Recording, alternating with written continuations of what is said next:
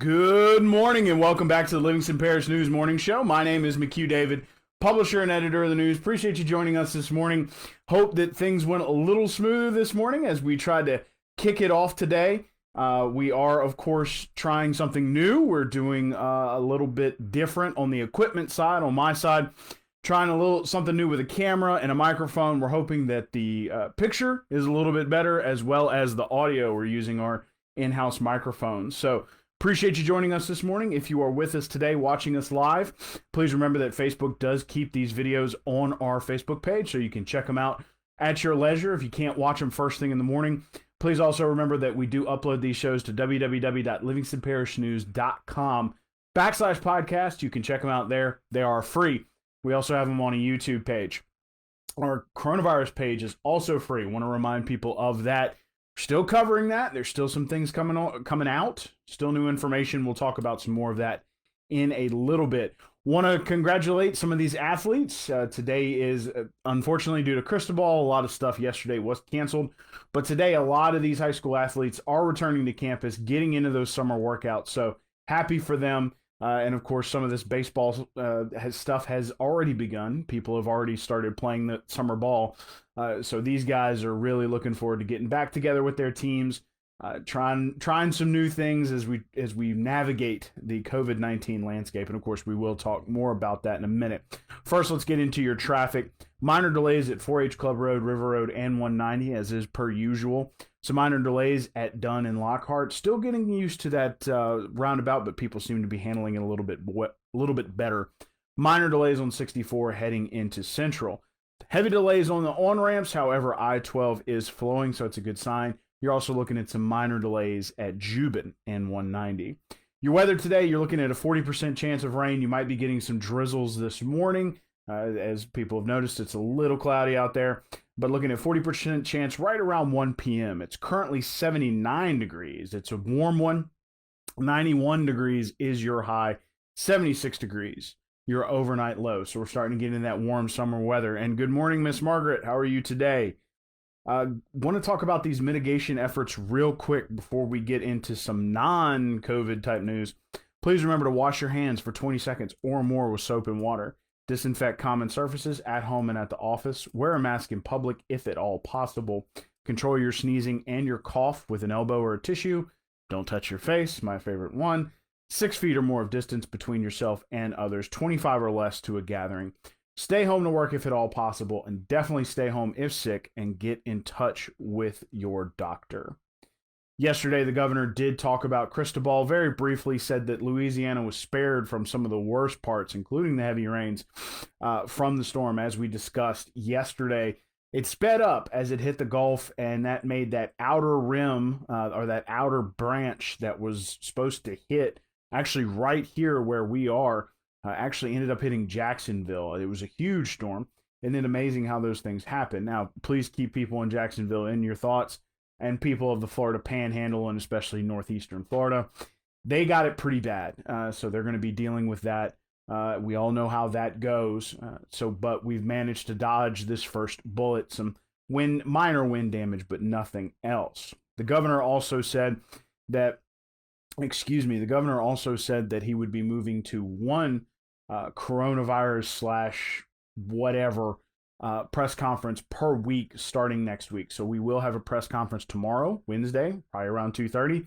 And then next week, he will move into a once a week format. So please keep that in mind. Trying to get back into a little bit of a groove, I guess you can say.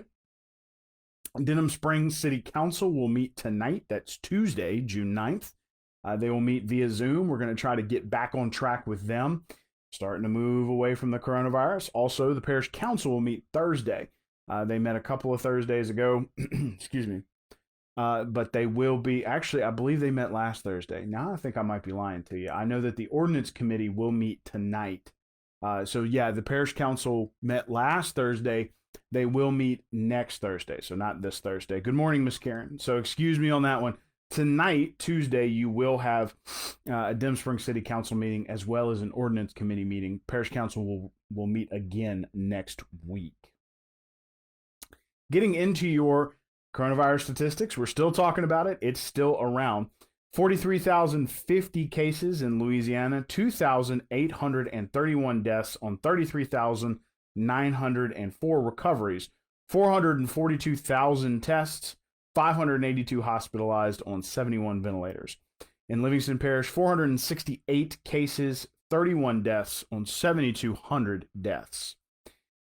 Kind of an interesting deal that getting into it this morning. LSU initiated a survey among politically active folks in the Baton Rouge area. And what they found is that there's sort of a partisan response to this COVID-19 response. So what does that mean? It means 89% of Democrats who responded to the poll supported continuing restrictions, while 68% of Republicans supported easing and ending the restrictions, even at a cost of health, but as an economic recovery.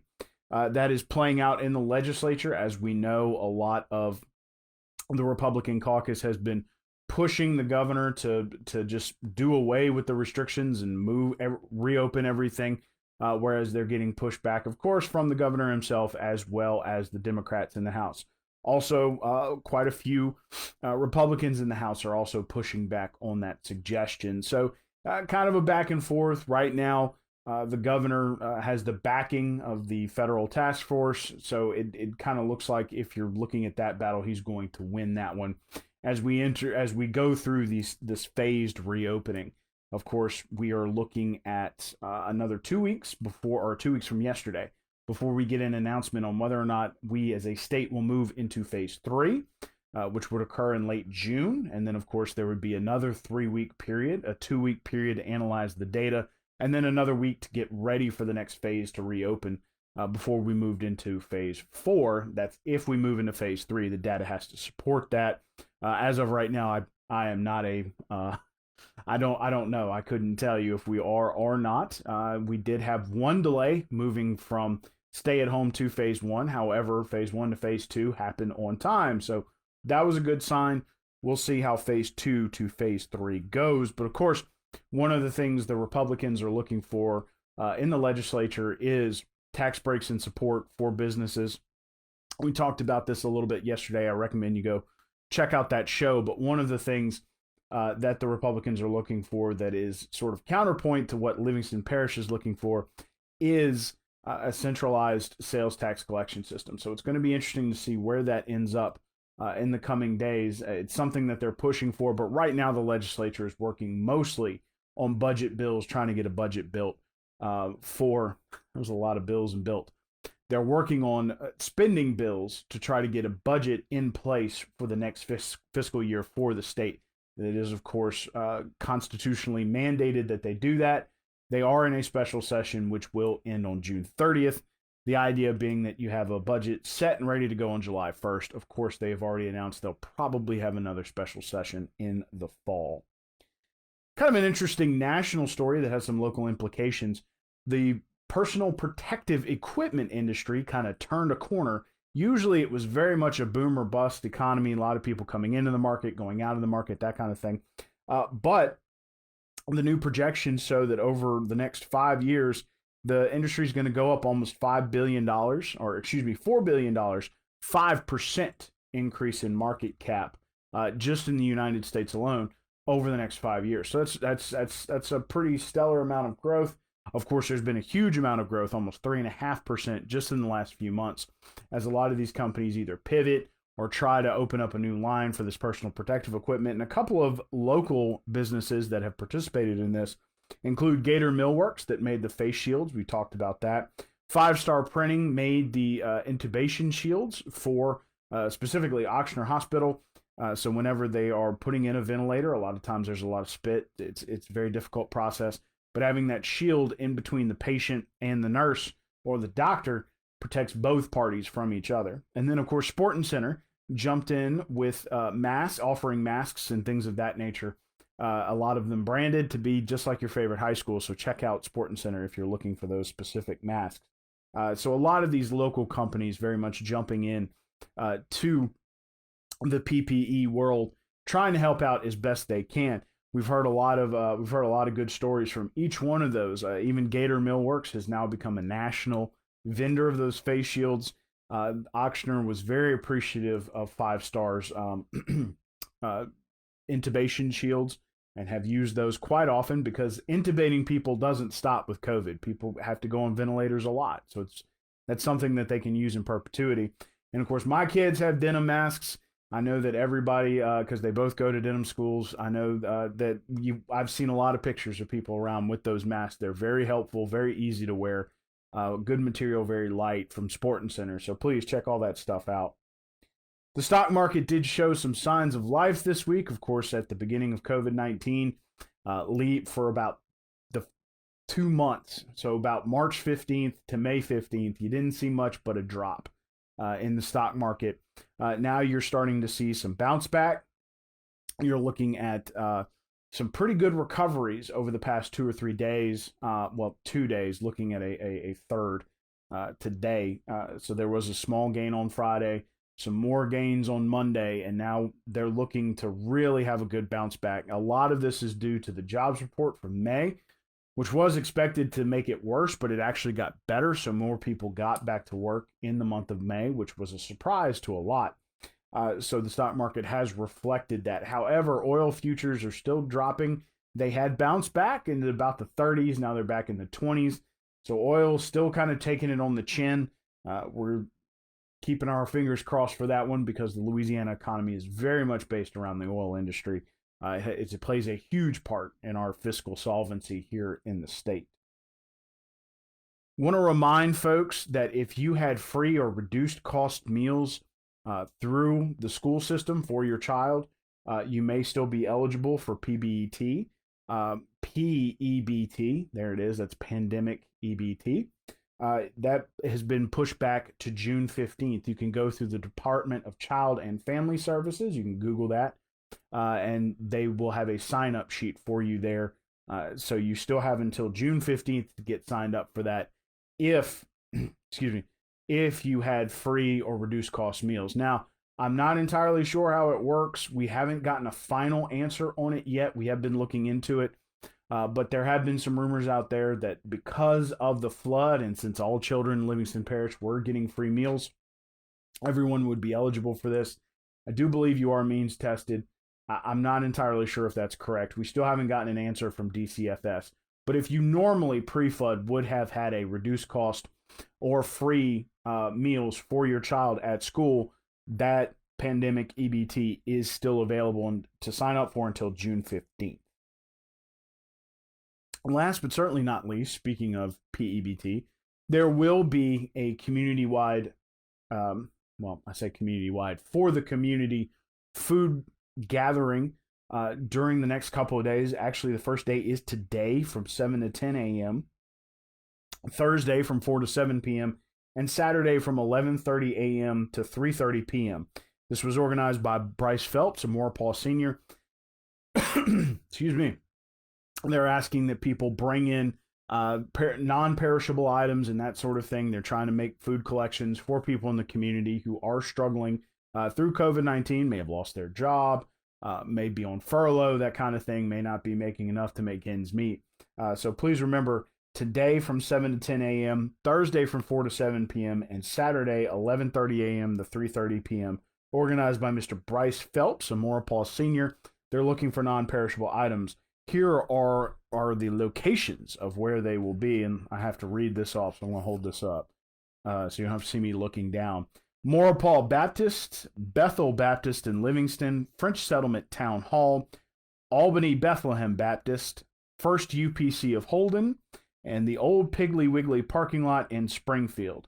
Again, that's Maurepas Baptist, Bethel Baptist in Livingston, the French Settlement Town Hall, Bethlehem Baptist in Albany, the First United Pentecostal Church in Holden, and the Old Piggly Wiggly in Springfield. Those dates, again, are today from 7 to 10 a.m., Thursday from 4 to 7 p.m., and Saturday from 11:30 a.m. to 3:30 p.m. So try to get out there to donate some food. Again, that was organized by Mr. Bryce Phelps, who is a Maurepas senior. Getting into these mitigation efforts one more time, wash your hands with soap and water for 20 seconds or more. Disinfect common surfaces at home and at your office. Wear a mask if at all possible. Control your cough with an elbow or a tissue. Don't touch your face, my favorite one. 6 feet or more of distance between yourself and others, 25 or less to a gathering. Stay at home if you are sick. Contact your doctor via telehealth and stay home to work if at all possible. Your coronavirus statistics: 43,050 cases, 2,831 deaths, 33,904 have recovered. 442,000 tests, 582 hospitalized on 71 ventilators, 468 cases in Livingston Parish, 31 deaths on 7,200 tests. 4-H Club, River Road, and 190, some minor delays as we get back into your traffic. Some minor delays on 64 heading into Central. Dunn and Lockhart looking a little better. It looks like everybody every day is getting a little bit better at navigating that roundabout. The on-ramps are heavy delays, but I-12 looking clear this morning heading into Baton Rouge. Some minor delays at Jubin and 190. It's currently 79 degrees. A little chance for a little rain this morning. Not too much, about 30%, although it does look kind of nasty out there. 91 degrees is your high, so we're getting into those summer hot weathers. Thank you for watching, Miss Kat Pygott. So again, your weather, 79 degrees, 91 degrees is your high today. So we're getting into that warmer weather. 76 degrees your overnight low. After 1 p.m., looking at a 40% chance of rain from 1 to 6 p.m. So it's probably going to rain this afternoon. If you have not left this morning, please go ahead and grab an umbrella or a poncho. Now, I know I told y'all that yesterday. I just had no idea that Cristobal had sped up that much and got out of the area that quickly. So after those morning showers, it sure moved out of here real quick. One last time, my name is McHugh David, publisher and editor of the news. Appreciate you guys joining us for the Livingston Parish News Morning Show. Want to remind you folks, we're on Facebook, Twitter, LinkedIn, Instagram, and YouTube. We are once a week in print on Thursdays at $7 a month. We are online. We mentioned that URL earlier. Want to remind folks, we do put these shows on our podcast page, which is free. We also have a coronavirus page, which is free as well. Want to appreciate your patience as we're getting into this new format. We're using a different camera. We're also using this microphone as opposed to my phone's microphone. It makes quite a bit of difference. It sounds a lot better. Well, at least we hope it does. So far, I've gotten pretty good feedback. Would love to hear from you guys. Just leave a comment on the show, or you can send us an email. But we are trying to improve the quality of this show, and we do appreciate you joining us this morning. We do hope you have a great day. Please try to stay dry, and we will be back with you tomorrow.